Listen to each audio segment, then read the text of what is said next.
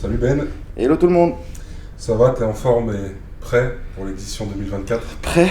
C'est dans 5 jours. Un peu en stress quand même, je vais pas te mentir, mais prêt. Ça va être bien. Ça va être mieux. Mieux que Mieux que l'année dernière, toujours mieux. 100% convaincu. Toujours, il faut. Écoute, avant de rentrer dans le dur concernant le salon, j'aimerais qu'on parle un tout petit peu de toi. Alors, qui es-tu et quel est ton rôle dans l'équipe? Ok. Alors, je suis Ben.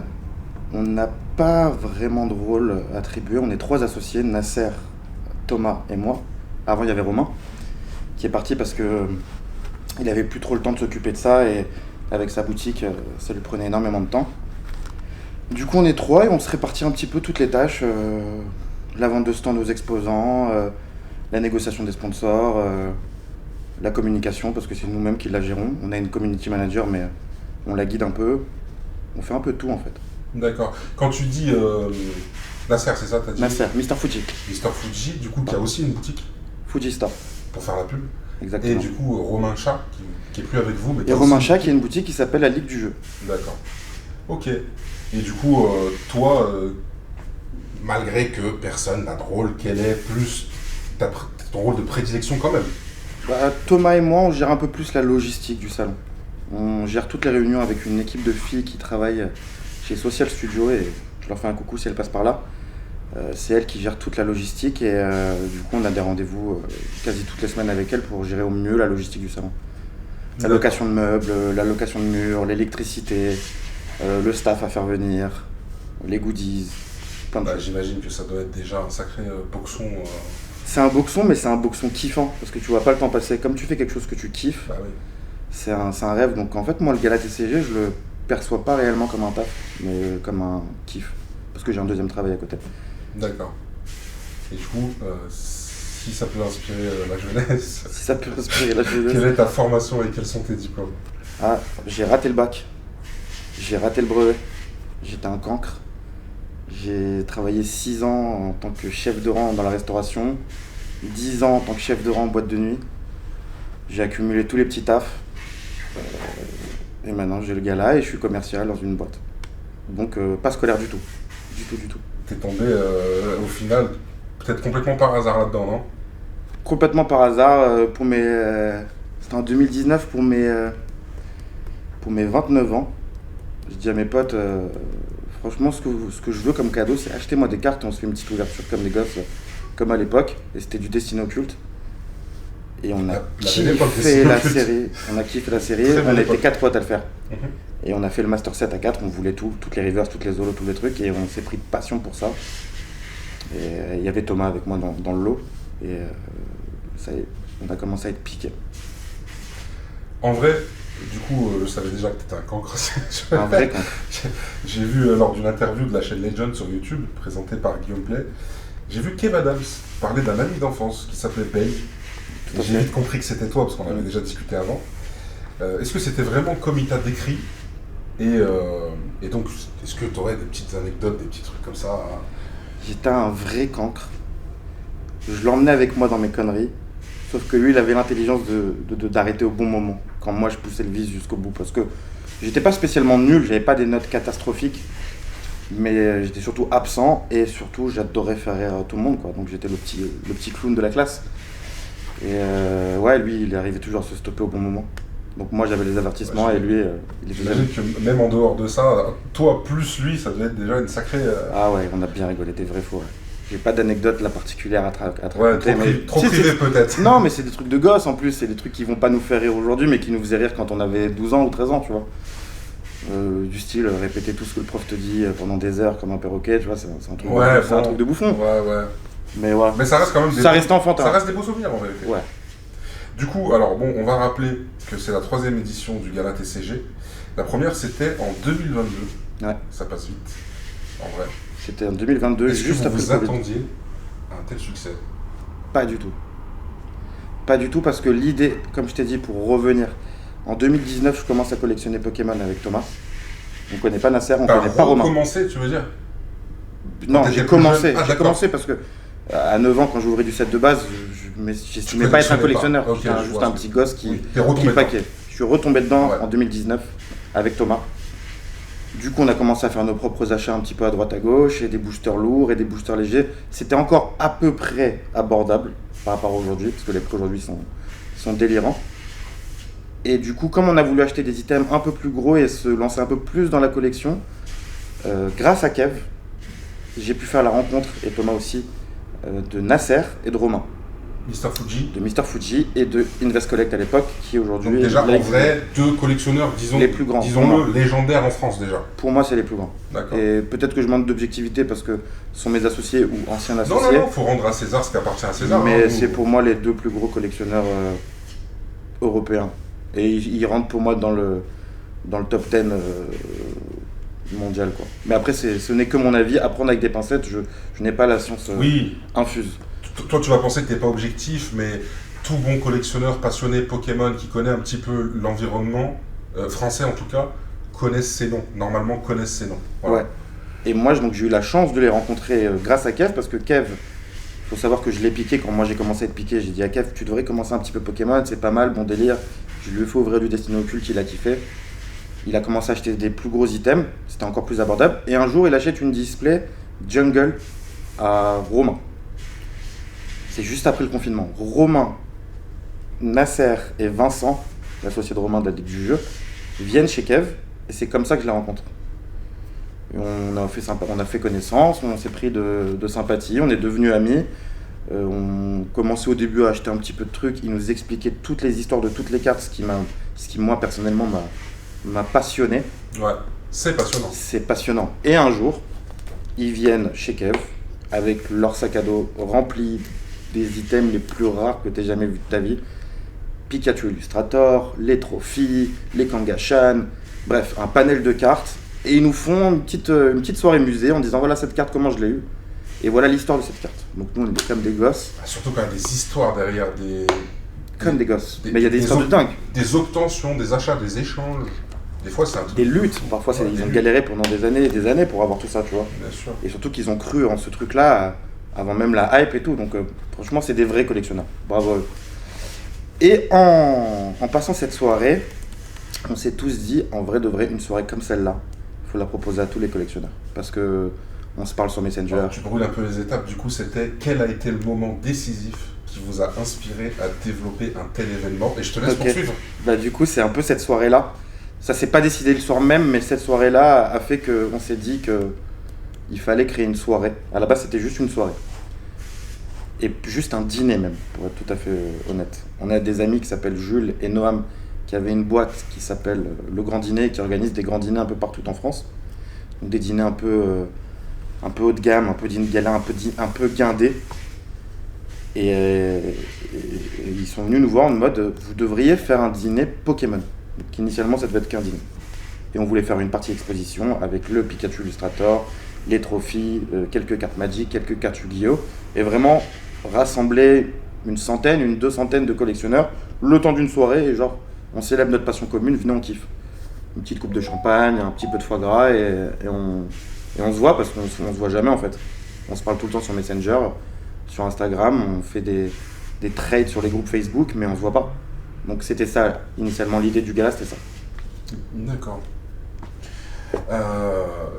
J'imagine que les défis liés à l'organisation du gala sont nombreux. Ça veut dire ça. À mon avis, c'est certain déjà.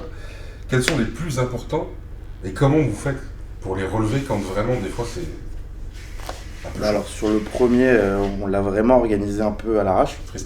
Freestyle. C'était à mes yeux, mes associés n'aiment pas que je dise ça, mais ça ressemblait plus à une brocante, tu vois. Mais ça rendait le truc aussi plus friendly, tu vois, et beaucoup plus familial et beaucoup plus authentique. Ouais. Et c'est ce qui a fait notre charme, je pense, pour la première édition. C'est ce qui a fait qu'elle a fonctionné.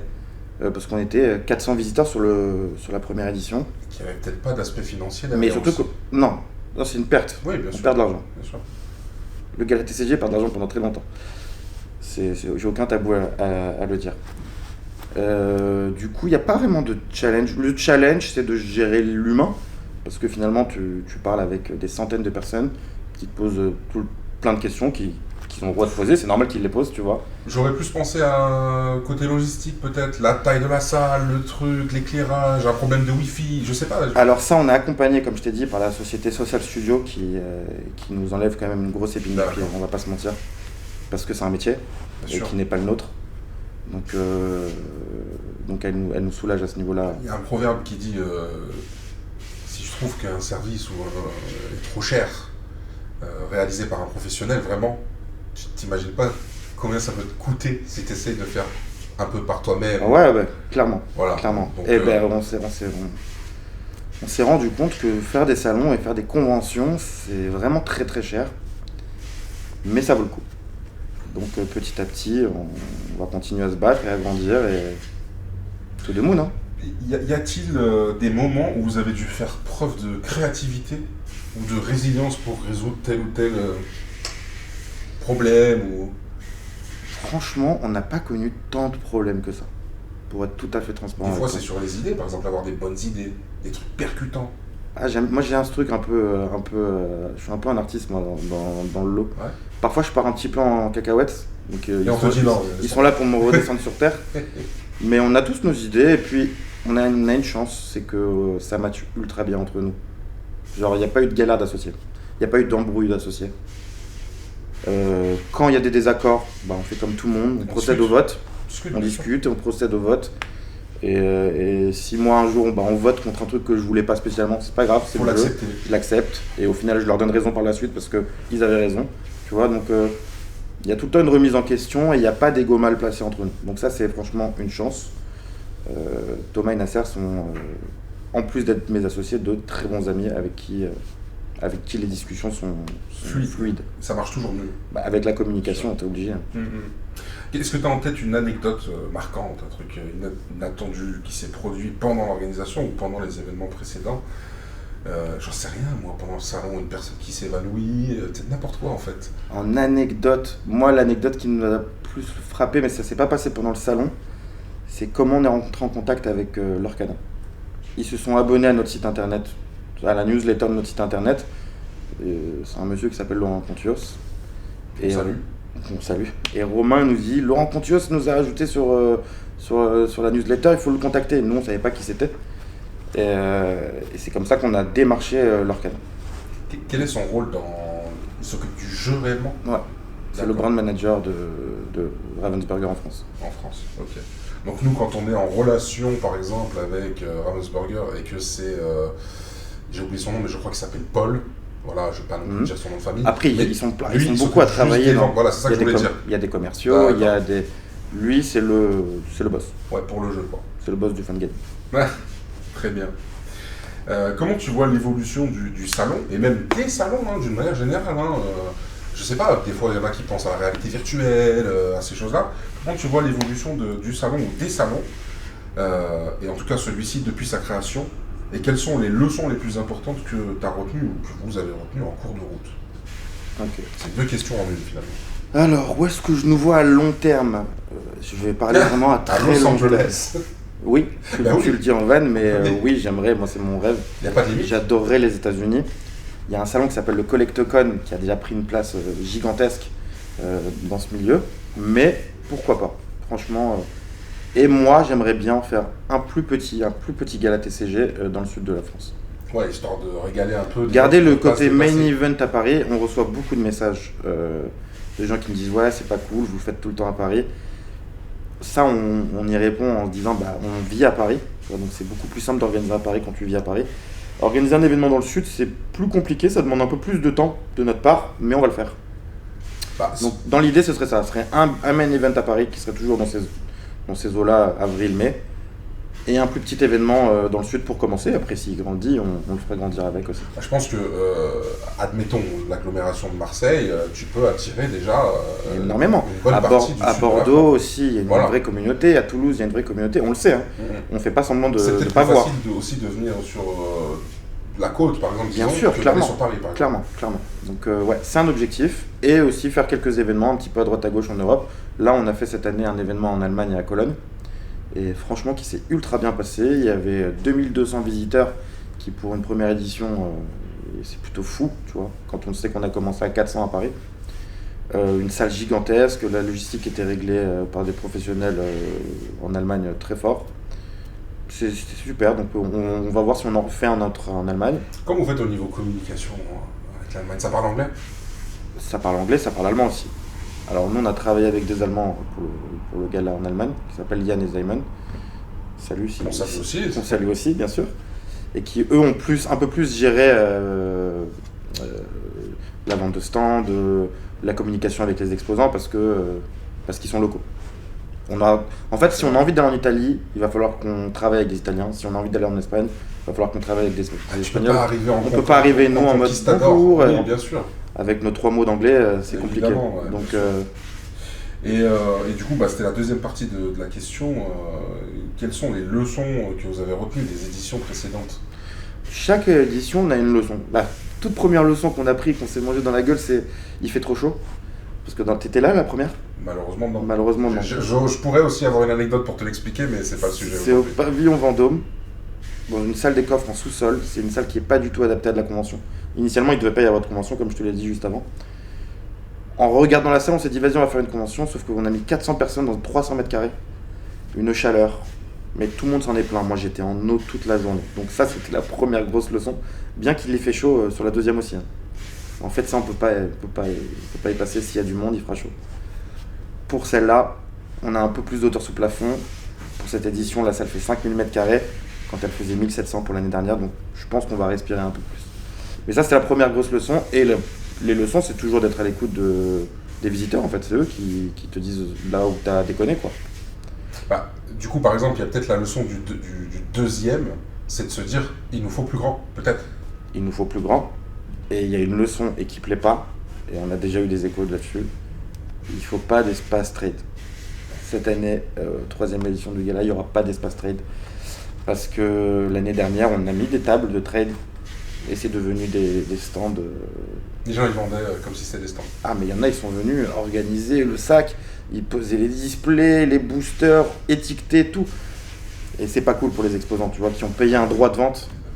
Donc vis-à-vis de nos exposants et vis-à-vis de la sécurité aussi, parce que tu peux te faire voler en 2 secondes. Et il y a eu des vols l'année dernière. Cette année, on a un peu plus renforcé la sécurité, mais il n'est pas dit qu'il n'y en aura pas, tu vois. Donc faut être transparent, tu vois. Il y a malheureusement une catégorie de personnes qui subsistent et qui viennent un petit peu foutre la merde. Mais ça, c'est dans tous les domaines d'activité. Et... Il y avait justement un vol qui avait été rendu public. Hein. Tout le monde en a parlé sur les blogs et tout. C'était quoi l'histoire? C'était sur le stand de Relique. Pauvre Nicolas qui s'est fait voler un... Relique, c'est une boutique dans le sud-ouest, c'est ça? Tout à fait. Et on salue Nicolas, nouvelle de chez Relique qu'on salue. Et qui s'est fait voler sur son stand, malheureusement, une carte très grande valeur. C'est un Dracofeu Reverse de la série Legendary Collection.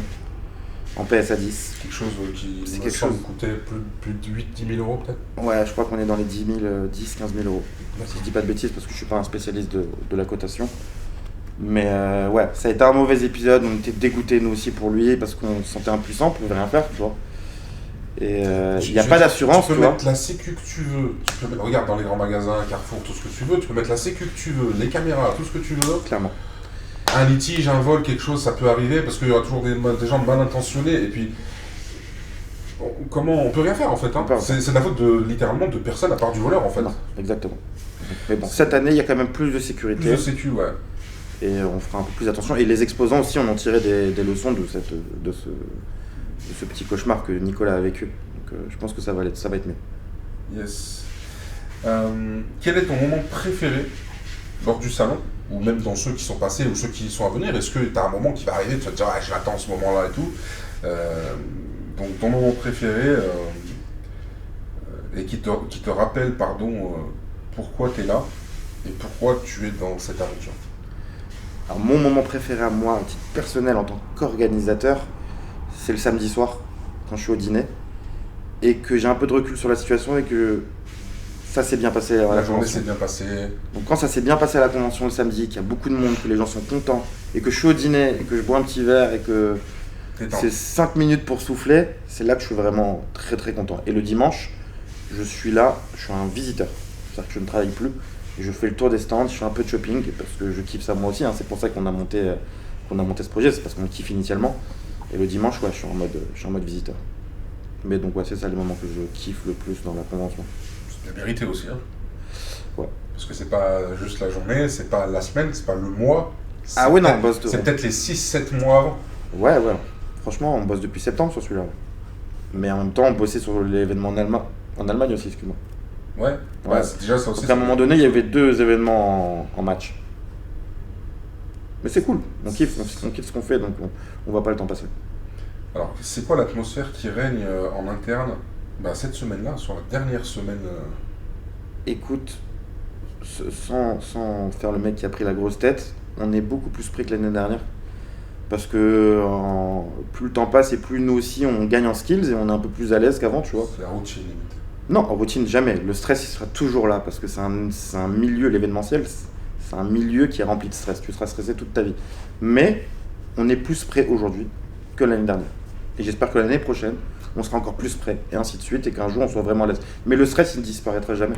Parce que tu sais pas ce qui peut se passer. S'il y a pas d'événement particulier qui vient vous surprendre sur la dernière semaine, ça peut que aller en étant de moins en moins stressé. Exactement. Et de plus en plus flex. Mon gros stress, c'est le montage du salon, qui a lieu le vendredi, donc la veille qui est pas ouvert aux visiteurs. C'est là que je suis un peu stressé parce que j'ai peur que les exposants aient des galères avec l'électricité, avec les dimensions de murs, avec des affiches qui ne sont pas fait livrer, avec du stock qui n'a pas été livré. C'est le moment de stress, mais encore une fois, on est appuyé et épaulé par la société Social Studio qui fait un travail monumental. Donc même là-dessus, elles arrivent à me rassurer. En vrai, ça. Écoute, nickel. En quoi le gala TCG, on pourra peut-être pouvoir l'appeler le gala TCG Paris, du coup peut-être, parce qu'il y en aura peut-être un autre bientôt, en quoi le gala TCG, peut-être Paris, se démarque des autres événements dédiés aux passionnés? Sans dénigrer les autres, juste... Non, on ne dénigrera jamais les autres, au contraire, on est très content qu'il y ait d'autres événements. Il y a le PCS, il y a le Belgium TCG, que je salue. Ils ne me connaissent pas très certainement, mais moi je connais leur événement. Et ils font du très bon boulot et ça rend le business simple, tu vois, tu peux pas être seul. En France, parenthèse, t'as entendu parler d'un grand salon aussi qui est vers Strasbourg, Pokémon, qui est un festival Pokémon. Clairement. Ouais, mais qui est plus japanisant, avec des cosplays, avec... J'en ai entendu parler, j'ai pas eu l'occasion de m'y rendre. En plus, là, ils sont au même moment que nous. Au même moment, c'est vrai, mais du coup, mine de rien, alors là, totalement rien à voir. Je pose une question au pif. Est-ce que les organisateurs de salon ne peuvent pas se contacter avant, à la limite, et dire écoutez les gars, vous faites telle date, nous on fait telle date, comment on peut s'arranger? On pourrait. Est-ce que c'est pas une invitation là que je fais à dire on pourrait. Parce que moi, j'aurais bien aimé pouvoir aller et à Pokémon, et à Gala TCG, et au Belgique.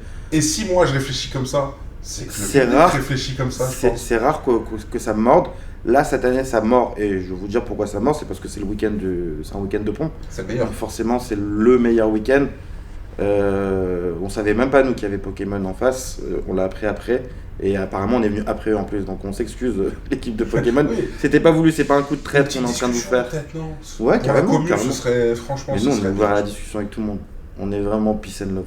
Oui, bien sûr. Mais je veux dire, histoire de dire. Et j'irai moi-même en visiteur au PCS. Et j'irai au Belgium TCG parce que j'y ai encore jamais été, il faut que j'y aille. Ça reste des endroits pour les passionnés. Carrément, on fait la même chose et on kiffe de la même manière. Exactement. Grave. Pour moi, tu sais que je réfléchis comme ça aussi. Pour moi, il n'y a pas de concurrence entre les différentes sociétés ou les différents salons ou les différents. Ouais, concurrence, c'est pas le bon terme, je suis d'accord avec toi. On travaille chacun après à sa façon et on va proposer des choses différentes. Clairement. Là où les gens devraient normalement pouvoir s'y retrouver et s'ils ne s'y retrouvent pas, ils ne viendront pas et c'est pas grave, c'est de bonne guerre. Tu vois ce que je veux dire? Je suis entièrement d'accord. Sur la même longueur pour moi, une petite discussion peut-être entre les organisateurs et pour éviter ce genre de truc dans l'intérêt des visiteurs. Tu vois ce que je veux dire? Clairement. Bon, après c'est rare, hein. Là ça nous arrivait cette année. Voilà, ouais. Et le problème c'est qu'il y a aussi ce truc de on connaît pas tous les salons, tu vois. Oui, bien sûr. Il va falloir qu'on se renseigne, mais c'est le jeu, tu vois. Ouais, en l'occurrence, là, c'est le jeu. Après, vous avez il y en a un qui est à Strasbourg, un qui est à Paris. La chance, il y a une grande distance quand même. On a quand même pas... Enfin, je pense qu'on n'est pas les mêmes communautés, parce que nous, on est focalisé 100% TCG. Et on veut rester 100% TCG. Peut-être que dans le temps, on inclura un peu d'autres collectibles. C'est vrai aussi. Pour grandir, parce qu'on a envie de grandir et d'avoir de plus en plus de visiteurs. Mais oui, non, Pokémon pas grosso modo la même chose, donc ça va. Du coup, c'était censé être une petite coupure et ça s'est rallongé. En quoi le gala TCG, du coup, se démarque Je sais pas si on se démarque, Je sais qu'on a une particularité qui pourrait nous démarquer, c'est le dîner, qui est un peu un moment hors du temps où on vient kiffer et pas avoir honte de ce qu'on est, tu vois, parce qu'il y en a plein qui ont honte d'être collectionneurs. À 30 ans, je te parle, moi quand je dis à mes potes que je collectionne des cartes Pokémon, ils me regardent encore tous un peu chelou. Donc là, c'est vraiment en mode, venez, on se retrouve, on kiffe tous ensemble et personne n'est jugé. Et puis il y a beaucoup de networking en fait. Il y a beaucoup d'exposants qui viennent parler entre eux, qui vont peut-être faire des collabs pour le futur. Je dirais que c'est par le dîner qu'on se démarque. Ouais, moi, je suis tout à fait d'accord avec toi. Après, pour Après, avoir une discuté convention. juste avant avec toi, tu sais que des fois, il y en a pour qui c'est un peu difficile de venir discuter à table avec d'autres Bien gens. sûr, parce que c'est Aller très cher. rencontrer, échanger des cartes. Des fois, c'est même pas une question de prix. Mais après, c'est un beau dîner avec des animations, avec, Ouais. attention, hein, le prix, c'est au Georges V. C'est au Georges C'est pas V cette année, n'importe c'est au quoi, Four donc, Seasons. Forcément. Il y a des surprises de fou. Bon, maintenant que la billetterie est terminée, je peux te balancer deux, trois infos du dîner. Je me suis trompé, c'est la rue Georges V, non? Avenue Georges V. Avenue Georges V, non. Ouais. Tous les gens qui seront venus cette année, je pense qu'ils seront contents et auront à peu près rentabilisé leur billet parce que on a un sac cadeau qu'on offre à tous les visiteurs et dedans tu as tous nos sponsors qui font des cadeaux. Donc Asmodée va vous faire des cadeaux, Whatnot va vous faire des cadeaux, PSA, et ça c'est un truc qui moi me fait kiffer et qui fait kiffer mes associés. Cette année, on a une carte PSA X le Gala TCG qui Magnifique. sera offerte à tous les gens qui seront du dîner. Alors là, je suis en train de parler avec Enzo chez SFG, donc il me regarde avec une petite tête de hey, pense à nous. Bien sûr que je pense à vous, sinon je serais pas là. Ça, c'est juste la petite parenthèse qui fait que tu peux pas être collectionneur Pokémon et ne pas être hypé que PSA vienne. Mais je suis tout autant hypé que SFG vienne. Tu sais que pour nous, il n'y a pas de. On en a parlé avant, il n'y a Ouais. pas de concurrence. Je PSA, sais. déjà, ils sont très très loin devant. Ouais, non, c'est qu'ils sont Et liés. en France, les autres sociétés, c'est plus des collègues, Clairement. des collègues que des. Et t'as entièrement raison, c'est comme ça qu'il faut voir les choses. Mais ouais, c'était pour parler du dîner. Et puis cette année, SFG, vous aussi, vous allez nous grader une carte là. Au moment où je vous parle, elle est en train d'être gradée par toute l'équipe. Et merci. Je te le dis, merci à la caméra et en À vrai. ton service. Merci pour ce service incroyable. Cette carte sera en vente sur le stand du Gala TCG. Il nous l'avait déjà fait l'année dernière et le travail était impeccable. Et Alors, juste, la vidéo devrait sortir, j'espère, mais c'est pas sûr. On sait pas quand. Tu sais, les personnes qui Ouais. nous écoutent, on sait pas quand Ouais. ça sort. On va essayer de la faire sortir pour jeudi, maximum vendredi. ok, Si jamais on n'y arrive pas, ce sera la semaine d'après. Et dans ce cas-là, je bon. m'excuse. Ouais. Voilà. Désolé, vous avez raté Sachez l'événement. que là, aujourd'hui, au moment où je parle, on a 5 jours de l'événement. On a J-5. Voilà. Maintenant, Donc, ça fait beaucoup de c'est taf bien pour de Enzo préciser. de faire le on va montage. le faire. J'ai une monteuse qui est efficace. Normalement, ça devrait Trop cool. le faire. Et j'espère que je dis pas trop de bêtises. Il y a... Non, c'est là pour l'instant, on est très très bien. Alors, bon, t'en as déjà parlé, mais c'était une question. Cette année, vous avez fait un gala TCG en Allemagne. Et t'as déjà répondu sans spoiler, ou alors avec spoiler. Qu'est-ce que vous prévoyez de lourd pour l'avenir? Que vous prévoyez, même si c'est pas garanti. On espère faire un deuxième gala en Allemagne. C'est pas garanti encore, mais on est en discussion avec les équipes locales. Il y a Londres qui nous attire et il y a les États-Unis qui nous attirent. Voilà grosso modo les endroits qu'on aimerait faire. Et le sud de la France pour continuer Et à... le sud de la France, ça on en discute entre nous. Moi, à titre personnel, Benjamin, je rêve de faire un événement gala TCG dans le sud et il va falloir qu'on s'y penche. D'accord. Je peux pas le promettre parce que je suis pas tout seul, mais on va s'y pencher. Très bien. Du coup, dernière question. Comment as-tu trouvé cette interview? Et qu'est-ce que tu dirais à quelqu'un qui voudrait nous contacter, peut-être, pour s'asseoir dans le même fauteuil où tu es assis aujourd'hui et nous raconter, pourquoi pas, son parcours de collectionneur ou autre? Bah écoute, j'ai kiffé l'interview parce que déjà, vous le voyez pas forcément, mais on est dans les locaux de SFG qui sont magnifiques. On est avec Enzo qui est la crème de la crème, qui est franchement peut-être l'un des gars les plus cool du lobby Pokémon. Et puis venez, c'est toujours cool de parler entre collectionneurs et de parler de tout et de rien quoi.